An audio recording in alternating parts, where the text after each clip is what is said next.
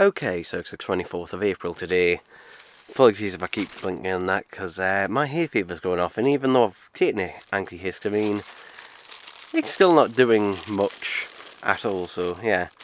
Anyway, I've got a packet here, which I can't show on camera because it's got my address on both sides, but anyway, I'll open this one first, and there's another packet to open up afterwards. So, the thing that isn't here, where is it?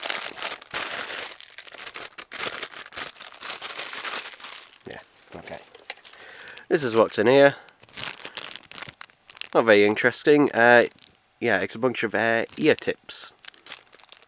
And that. Oh, let's notice the bag is open. Yeah, was that with me ripping it open? Might have been, actually. Could have been. I don't know. Don't know. There's a way to solve this problem, don't worry. Where is this? Where is this?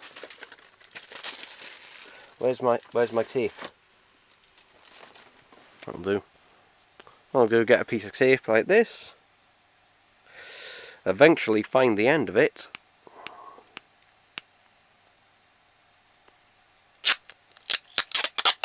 Where it doesn't tear off properly, it tears off in a bloody strip.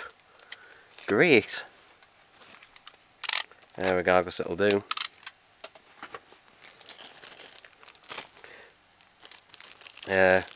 Push all the earphones down so none of them are over the hole at the time. And bada bing bada boom. Hole fixed.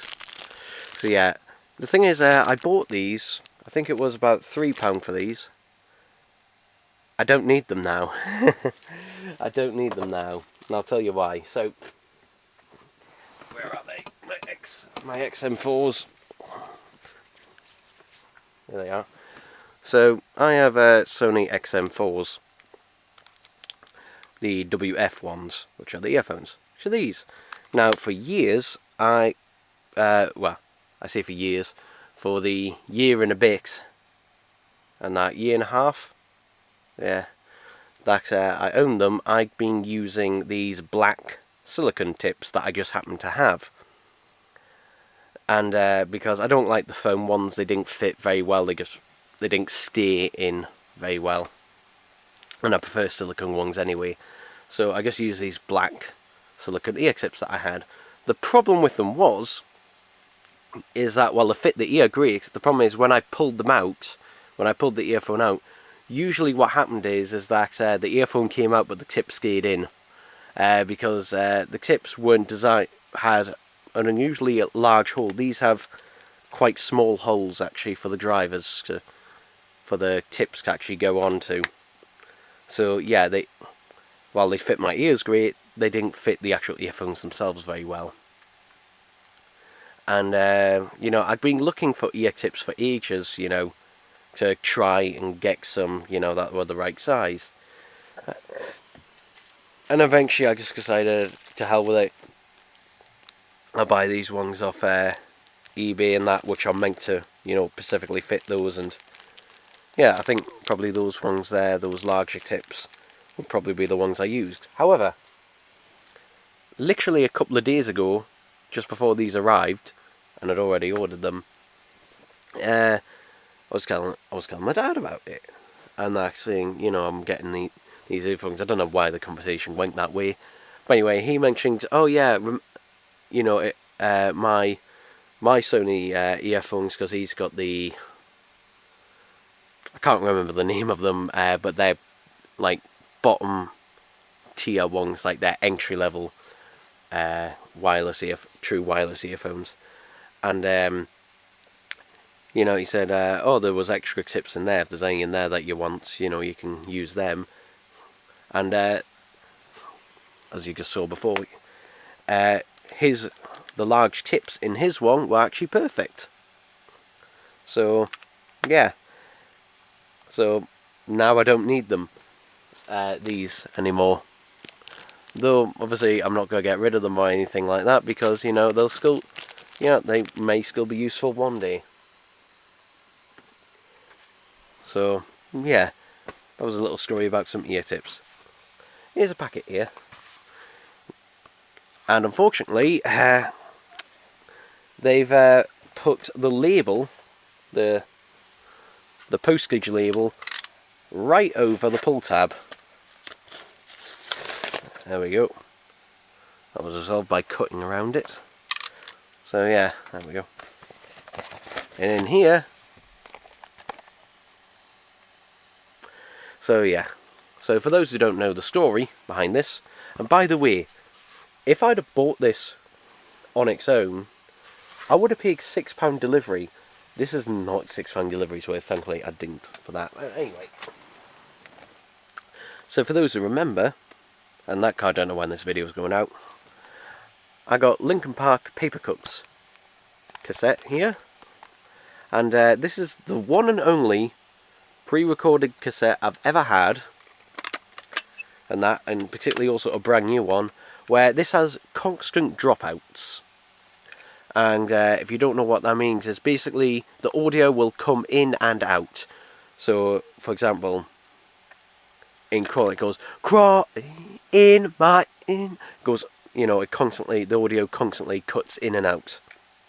Which I've never had on a cassette, a pre-recorded cassette before, let alone a brand new one, so yeah.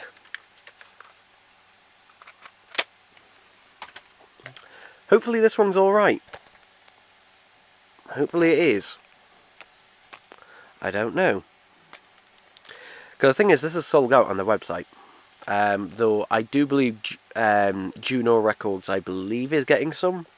So, yeah, but regardless, you know, it's an expensive one anyway. I remember though looking at their unboxing on the official Linkin Park YouTube channel, and they said, oh, you know, what do people do with these cassettes? And they went, oh well, they open them up and that, like this. There we go. And they take them out the box and then they put them on the shelf like this as a piece of art. And that, you know, it's a lovely piece of art. No, this is not a piece of art. I mean, you can have it as a piece of artwork if you want, but for me, I actually play my cassettes. Now, will this one be alright? And that, we will see. Also, I'll have to put, what I'll do with the other one is, I'll find it, yeah, there it is. What I'm going to do with the other one is, put a bit of masking tape on it and see that it's defects. But, yeah, might as well do this live.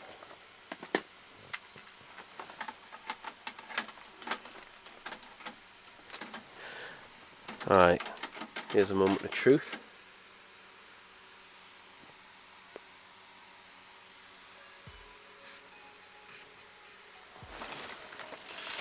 I don't know if you can hear that, but so far so good.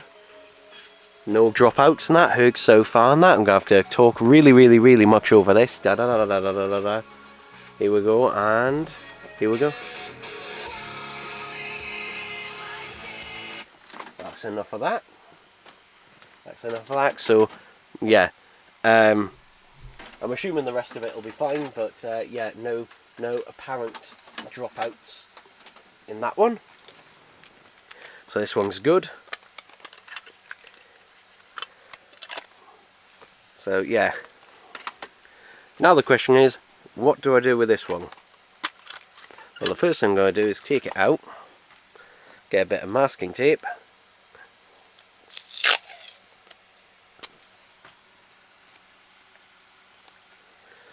Yeah. Put a bit of masking tape on there, and I'm just going right.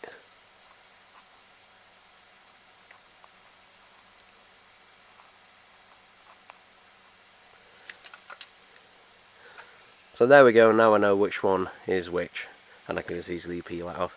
But the question is, what do I do with this? Obviously, if I wanted to, I could sell it if I wanted to.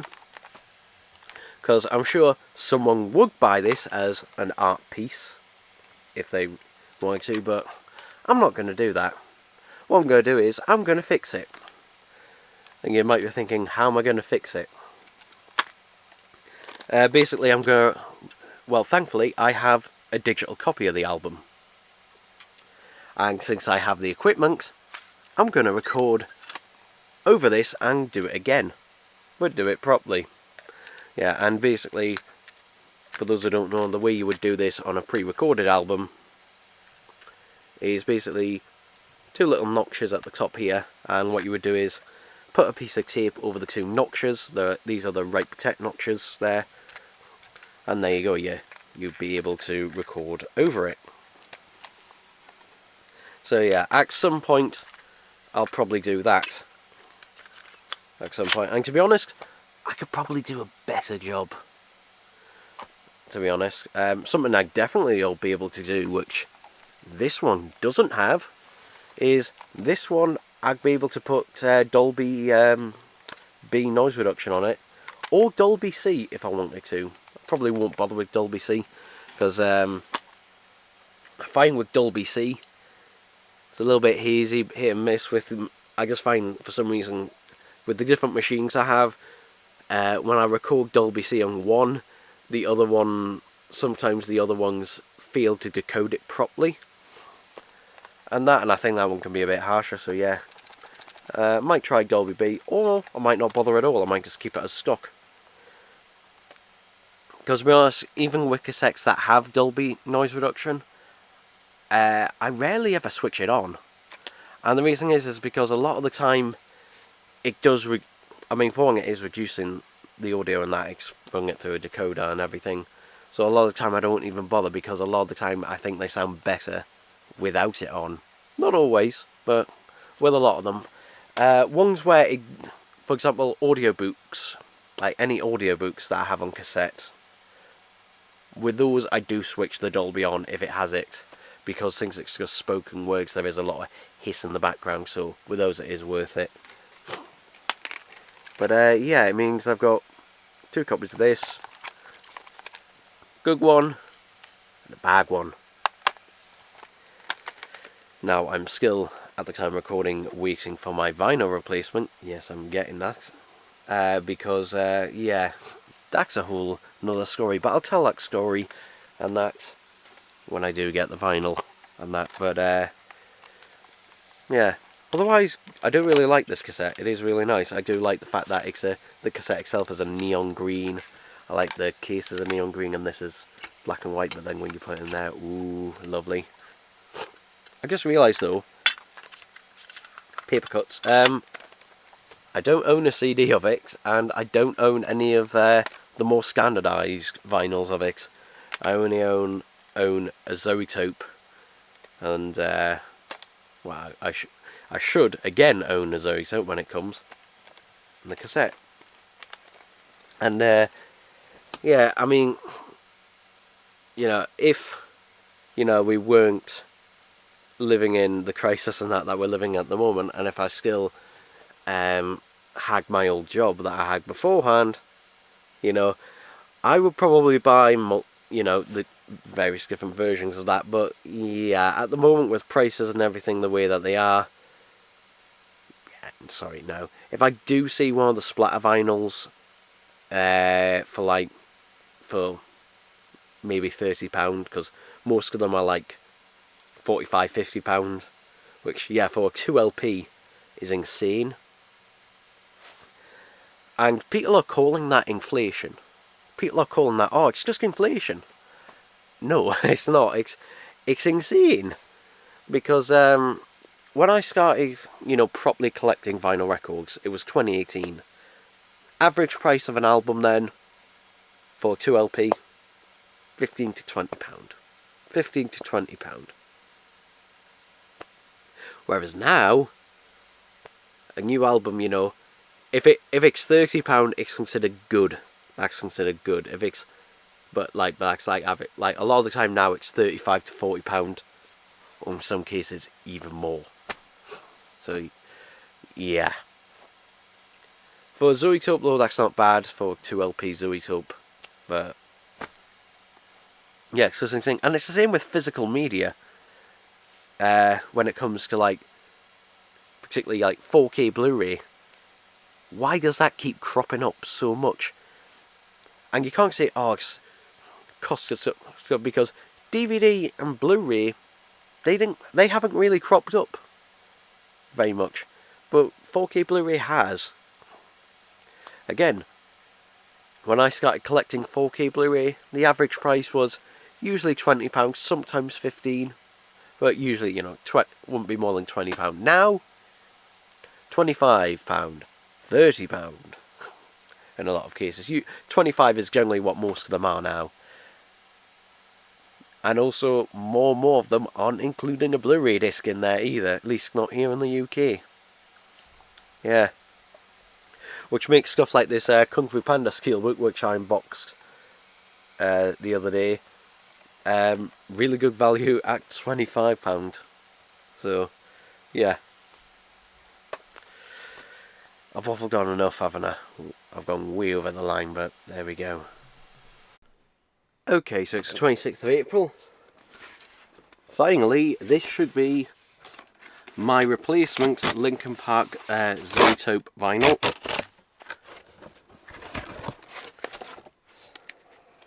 Slide it out. Right. Slight niggle on that corner.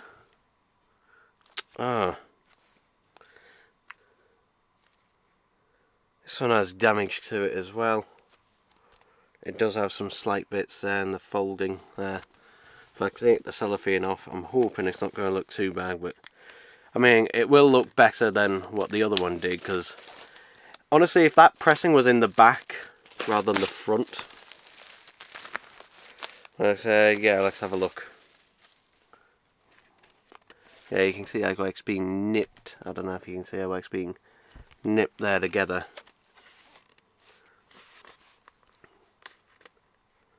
Yeah, there's like a little fold in it. Let's see if I can get that crease out.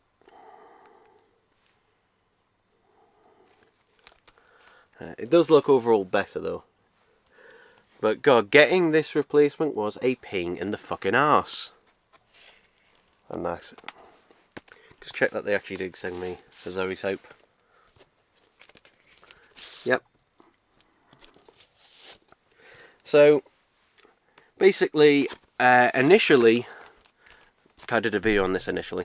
Initially, when I sent them the picture of my one, which had a big massive square indentation there, for those who don't know, basically the cassette which I got with this, in fact I've got one over here, this is the exact one, the cassette was packaged with it like that, and they didn't put anything in between the cassette and the vinyl. There was no separation. So what happened is, this essentially pressed against here, and left a big square indentation right in the centre, which was very unsightly.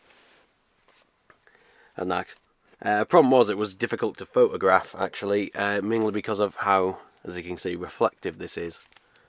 But anyway, I did manage to eventually get a picture of it, and initially the Linkin Park website said, unfortunately, we cannot offer you returns or refund or anything, basically, initially.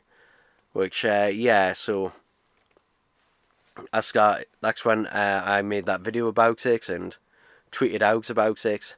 And also, in an email, I basically listed all the reasons, basically, why this was a problem and, you know, not acceptable. They eventually did get back to me. I guess this is like down on the back. God, these, you know, the way they're packaged and that is not great. It's like slight indentations and that in it all over. Yeah. Oh, I've just noticed that. Yeah, my first one didn't have that. I'm tempted to message them back again. I don't know, I'll have a think about this. I'll put that to one side for now, but yeah, I'm not too happy in that with that. It is better than the other one, and that. And if I only had to have one, if I only had to have, you know, if it was between that and none, obviously I'd rather have it. But yeah. But there was a load of back and forth. Initially, they said to me, cause I said to them, they said to me initially, oh, send it back, and once we receive it, we'll send out a replacement. And then I pointed out to them, it was sold out, and they said, oh, we have a few left remaining behind stock. And I said to them, well, how can you not send it out first and that, because how do I know by the time you get it sent back and receive it that there'll be any stock left? How do I know that? So basically, it was at an impasse like that. And they said, okay, then, if you send us the proof of posting, which bear in mind, I had to pay for the postage initially to send it back, then we will then send out, say, your replacement immediately, rather than waiting for it to arrive back. I was like, okay, then. Then fair enough in that case. Though they did have to refund me the postage. They couldn't send me a postage label for some reason. But I did get refunded the postage, so that was something. And yeah. But regardless of everything else, it's not great customer service. Not the worst. Apart from it's not the worst customer service, but God, it was a load of back and forths in that with it. So yeah, as much as I do like the Zoetope, and I do really like it, and I do like the cassette, their customer service and that on their website is bad. It is. It's just not good. It's not good customer service at the end of the day. And that I did get a replacement eventually sent, but that was a lot of back and forth arguing with this, arguing with that. So yeah. But anyway, there we go, people. There we go.